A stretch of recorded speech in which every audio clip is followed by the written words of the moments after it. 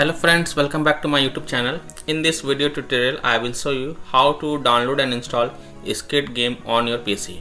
So open Steam, in the search for Skate and click on the first result, Skate free game.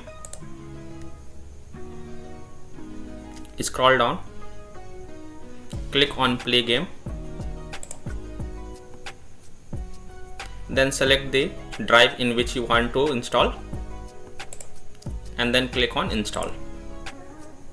Then read the privacy and electronic arts and user agreement and click on accept. Now go to library.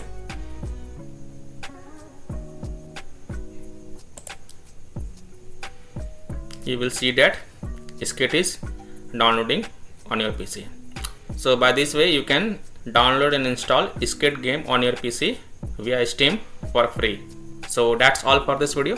If this video helped you, then please like and subscribe to my channel, share this video and hit the bell icon to get the latest updates. Thank you.